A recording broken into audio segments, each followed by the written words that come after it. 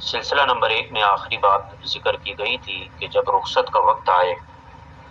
تو گھر والوں سے بھی دعا کروائے، خیر و برکت کی دعا کر کے پھر جو ہے گھر والے اس حاجی کو رخصت کریں کہ یہ حضور علیہ السلام کی سنت مبارکہ ہے، اور ان تمام کے لیے ان کے دین، ان کی جان، مال، اولاد، تندرستی اور عافیت کو اللہ کے سپرد کر دے، یعنی حاجی اپنے اہل خانہ کے دین، جان، مال، اولاد اور ان کی صحت کو اللہ کے سپرد کرتے ہوئے گھر سے روانہ ہو، اور جب احرام پہن لے، لباس سفر پہن لے، تو ہو سکے تو گھر میں 4 رکعت نماز نفل ادا کرے، جس میں سورہ فاتحہ کے ساتھ سورہ اخلاص ہر رکعت سورہ اخلاص ہر رکعت میں پڑھے، تو ان 4 رکعت کی برکت یہ ہوگی کہ اس حاجی کے اپنے گھر واپس آنے تک اللہ اس کی برکت سے اس کے گھر والوں کی، اس کے مال کی اللہ حفاظت فرمائے گا۔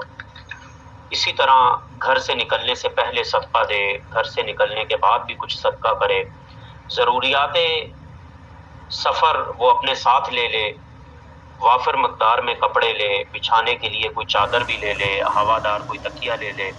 کچھ ادویات اپنے ساتھ رکھے، کھانسی، بخار، زکام، موشن، بدہضمی وغیرہ، اس کے لیے کچھ اسبغول کا سلکہ، اسی طرح کچھ دوائیں وغیرہ ایسی کہ جو بخار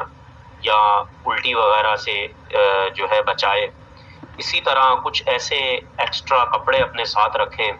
پھٹے پرانے کہ جو ایک صافی کے طور پر کام آئیں صفائی وغیرہ کے لیے، اور کبھی ایسا ہو کہ دوران سفر اگر پانی میسر نہ ہو تو اس سے استنجا وغیرہ بھی کیا جا سکے، اس طرح کے کچھ ایکسٹرا کپڑے اپنے ساتھ رکھ لیں۔ گھر سے جب روانہ ہو تو خوشی خوشی گھر سے جائیں، ذکر الہی بکثرت کریں، ہر وقت خوف خدا دل میں رکھیں،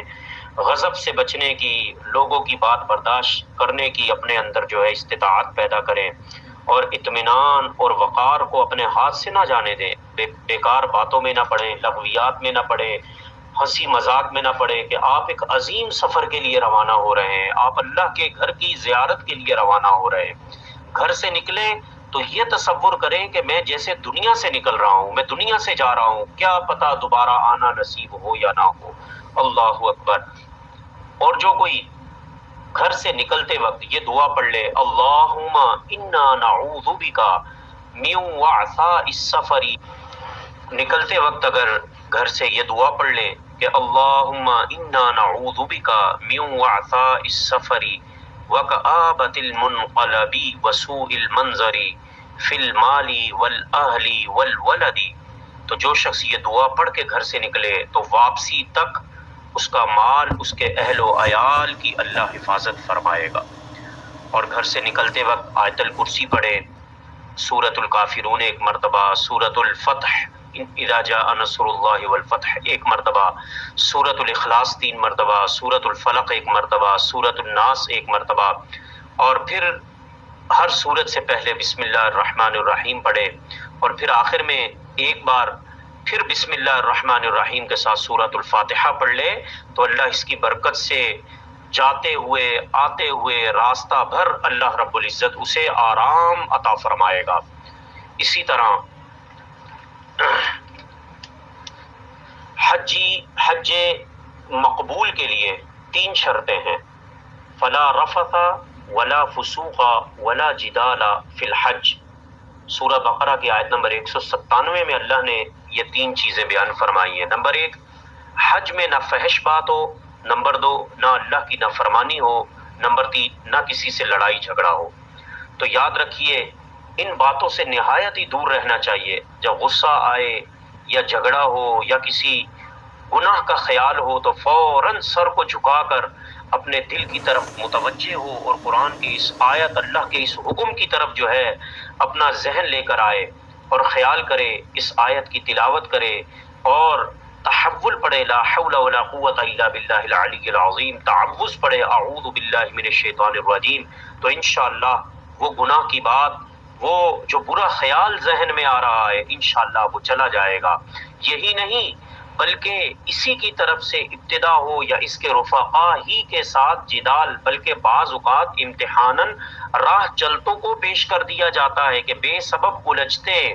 بلکہ سب و شتم لان و تان کرنے کو تیار ہوتے ہیں۔ یعنی ان لفظوں کا مطلب یہ ہے کہ صرف اس کے دل میں ہی نہیں، اس کے دل میں ہی صرف برائی کا خیال نہیں آتا، بسا اوقات کسی کے متعلق کوئی بات یاد آ گئی تو دل میں کینہ آ گیا، حسد آ گیا، ان چیزوں سے بھی بچے۔ کبھی چلتے ہوئے راستے میں اگر راستہ تنگ ہے، رش زیادہ ہے، بھیڑ زیادہ ہے، راستہ نہیں مل رہا، تو اس وقت بھی برداشت رکھے، اس وقت بھی اپنے آپ پر کنٹرول رکھے۔ اگر گرمی زیادہ ہے تو اس گرمی کی شدت کو اللہ کی رضا سمجھتے ہوئے برداشت کرے۔ کہیں ایسا نہ ہو کہ ایک دو کلموں کی وجہ سے، ایک دو باتوں کی وجہ سے، ایک ذرہ سے غصے کی وجہ سے کہیں ایسا نہ ہو، اللہ نہ کرے کہ یہ ساری محنت، سارا روپیہ، سارا پیسہ اور ساری عبادات برباد ہو جائیں اور